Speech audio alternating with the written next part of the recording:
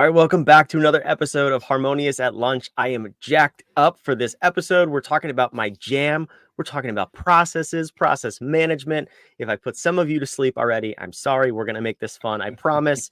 A topic that's not traditionally talked about and that entertaining, we will make fun and we'll make sure that you understand the importance of it and where it fits in your business. So Harmonious, where is process management, right? Process management is the boring Fortune 500 term for operate. It's how we do what we do and how we keep everything flowing along seamlessly. That's the goal of proper process management. We want things to run smooth through our business so that our hair isn't on fire as the business owner. So we're going to dive in here. I have an amazing guest I want to bring on. First and foremost, Peter, welcome to the show. Thanks for having me, Brandon. Yeah, I'm super excited to be here. So tell me, first of all, I think you have an interesting backstory. How did you fall into processes and process management? Basically, I think, where would I trace it? I studied engineering in school. I actually have a master's in engineering, and I believe that's made me start looking at things as parts of a whole than as a whole. So, for instance, I know one of the things I studied was process optimization. So basically, that's for mostly this plants and everything. So you look at where the input is coming in, you look at where it's going out, and you look at everything in between. You try to say, okay, this is not important, this is important, and all that. So basically, even in my life, everything is basically a process. Like, it's funny, some of my friends say I act like a robot at times, because if I wake up in the morning, I have an actual timetable. I block my time in 30 minutes block all day. So at each time, I know what I'm going to be doing. I have my to-do list and everything. So I think, so that's what makes me think of everything as a process. I love it, and I'm laughing with you, not at you, because I see things the same way, and that's why I'm a fractional COO, right? Like, at the end of the day, operations. So I always, like, my wife makes fun of me because I try to find like the most efficient way to make a peanut butter and jelly sandwich, and she's like, "Can you just make it? Like, why do you have to make this a time study?" So we are gonna make processes more fun. And I messed up in the beginning. I just want to put this out there. I said the O we're talking about is operate. It's actually order. Operate is what you do, the value chain you fulfill on. Order is the process management, the SOPs behind it. So quick clarification there for you listening. I'm sorry, I make mistakes too. And there's two O's in Harmonious. Who did that? So Peter, let's dive back in. So help me understand the importance of, not for peanut butter and jelly sandwiches, but for businesses. As the founder, the owner, the CEO, how important is it to have a good handle on your processes, so that you can actually grow your business, and maybe for a small business owner, so you can get out of the day-to-day of your business? All right. So one thing I've learned is that a lot of business owners are reactive. We always act after things happen. So I've seen a lot of times we have no processes, like we mentioned before. You have no SOPs. That's standard operating procedures. And most times when you hear standard operating procedures, people think it's something hard. It's not. It's just step by step. It can be as simple as a YouTube video or this thing, or in text, just saying, start this, continue with this, and all that. So let's say on a typical day, you have a business. The usual things they do, they answer customer emails, they send out invoices, they create reports and all that. And you see that a lot of the times people just do these things as they come in. Oh, I'm doing this, as they come in and doing this. And then you see the entire team is entirely burnt out and everything. But when you say you want to create a process out of this, that means you end up setting up systems in the business where you say, okay, invoices, instead of reacting to those invoices, the invoices are sent automatically to clients. So let's say a client requests for this, and because of a rule you said before, an invoice is automatically sent to them. You don't have to type out that invoice manually. You have reports, maybe your weekly reports or monthly reports or all that. Instead of wasting the whole Friday or whole Monday typing out that report, you can just say, okay, you do this, it's adds up somewhere, do this adds up somewhere, and at the end of the week, it just compiles everything and goes out. Saves a lot of time. You have emails, probably emails. We have emails, a lot of emails coming in all day. Instead of going through your emails one after the other, trying to see which is spam and which is irrelevant and which is relevant. You can just put some keywords in your email so that as they come in, they're automatically tagged. So you know, okay, this is important. I know Gmail does that, but you can do that on your own email too. This is important. This can be handled later. This can be forwarded to this person. Just little things like that are things you can do to make your workflow more efficient and better.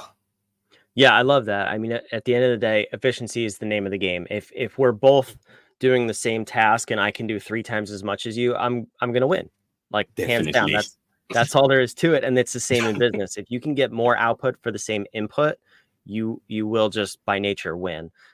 So I love that you explained it like that. Now, when you're working with your clients and you're looking at implementing processes and automation, I heard you talk about automation right there with emails. Yeah.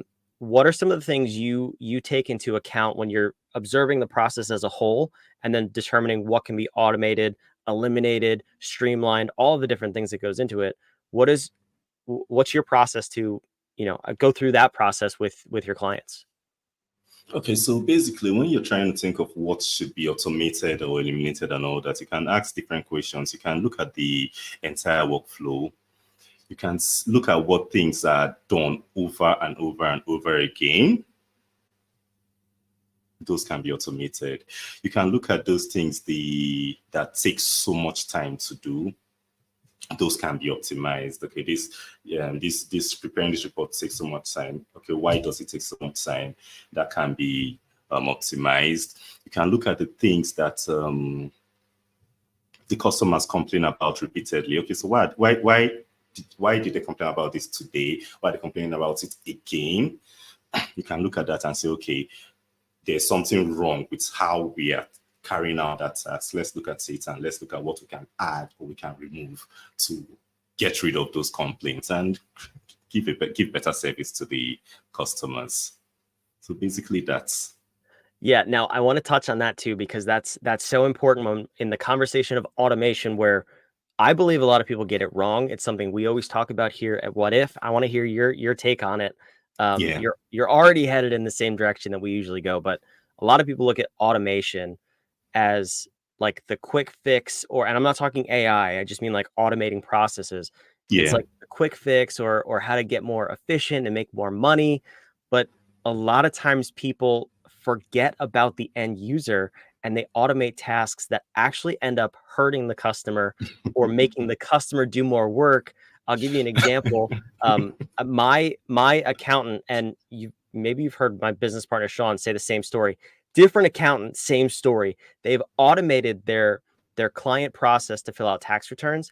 It takes me like 3 hours to go through this process and fill out my tax return just to have them do it, versus like 2 years ago before they were acquired. It took me like 20 minutes to send an email that put everything together. It blows my mind. How do you go about making sure you're actually automating the right things and not hurting the end user experience?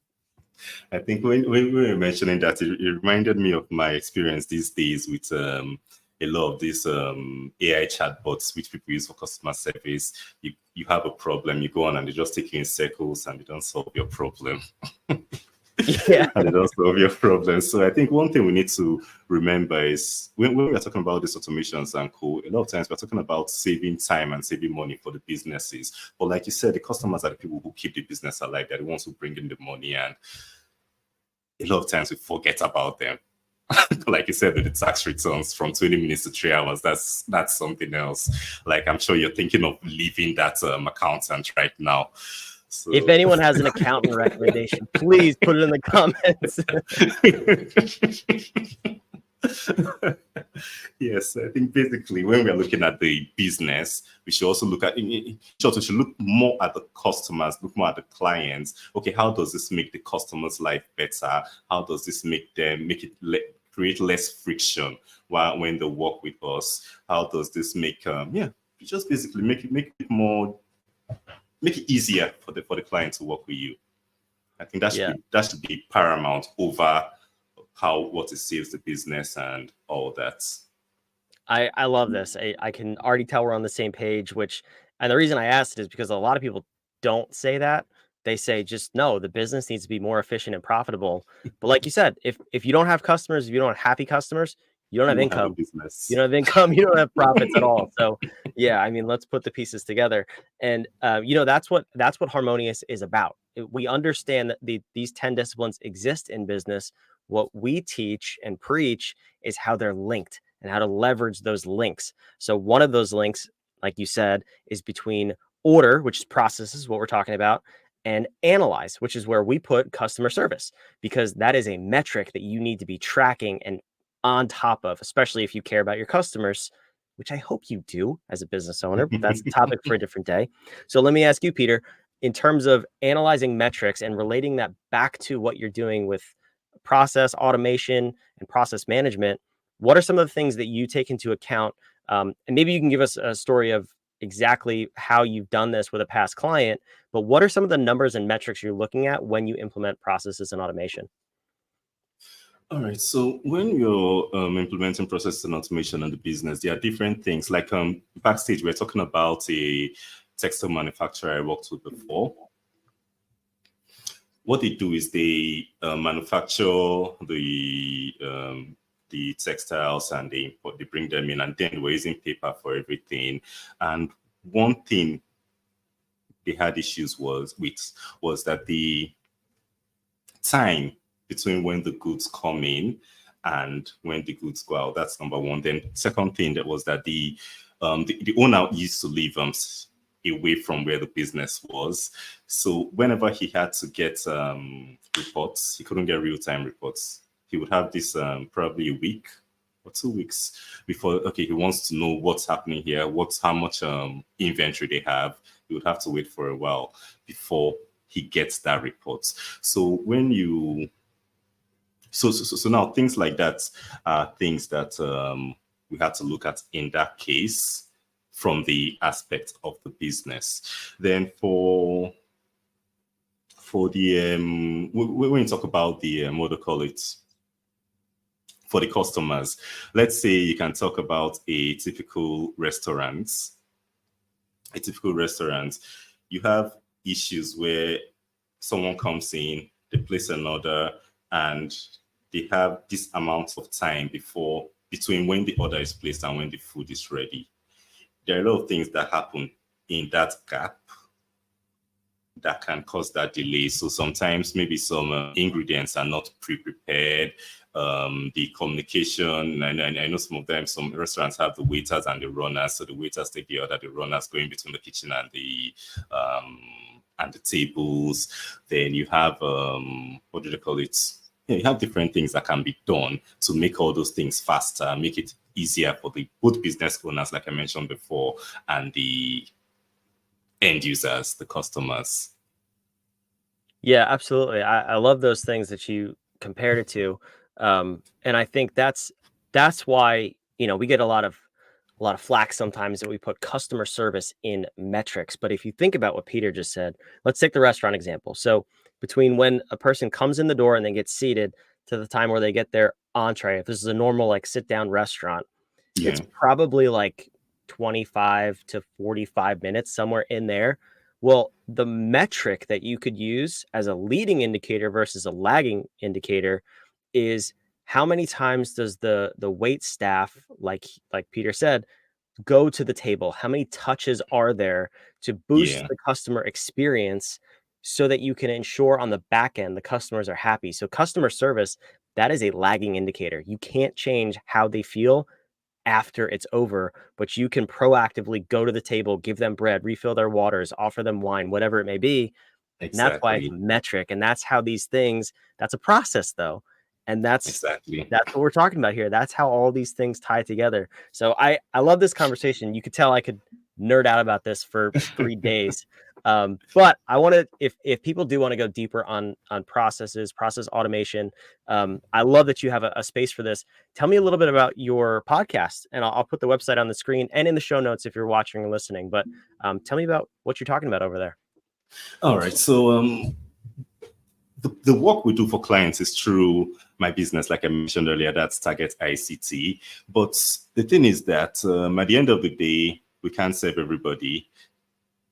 We can't serve everybody directly. So that's why last year, I think around this time last year, we started the podcast, the Tech Your Business podcast. So what the podcast does is it takes these concepts, business systems and processes like we talked about today. It takes things like blockchain that sounds like rocket science. It takes different things and tries to break them down so even a 6-year-old can understand. Because one value we have with Target ICT is we try to avoid jargon as much as possible. Like I said in one of the episodes of the podcast, when you're able to explain anything to a child, that means you understand it to the depths, you understand it fully. So yeah, so there's no need for jargon when you fully understand things. So that's what we do on the Tech Your Business podcast. We help business owners do more with technology by letting them learn more, letting them understand more about technology in a non-friction, in a less friction, in a friction-free environment. Yeah, that's the thing. So I have episodes. I have guests who come on, different business owners, different tech experts. They come in, share their stories, share their experience, share their key takeaways and all that. And yeah, I think we're about 46 episodes that they're about now. That's awesome. Good. That's so cool. As you can tell, I love podcasts. So congratulations on coming up on the 1 year mark. That's amazing. Give me though your favorite not solo episode, your favorite guest so far. What was the topic you talked about? I know this is a surprise question, but off the top of your head, like what was either the most popular episode or your personal favorite that you've talked about over the last year? My personal favorite was, I don't need to think about that one at all. It was just a few. I can't remember the number, but it was where we talked about ADHD. I talked with the founder of Focus Bear, was from Australia. So we talked about how business owners can use tech to focus, because he was diagnosed with ADHD. I've not gone for a diagnosis, but we all have ADHD. Yeah. I don't think it's like built in. I don't think, like for instance, I think I was on a podcast yesterday. I was answering a question, and I do that a lot. I just lost my train of thought. I was okay. I now asked, okay, so what was the question? Yeah, no, we all do that.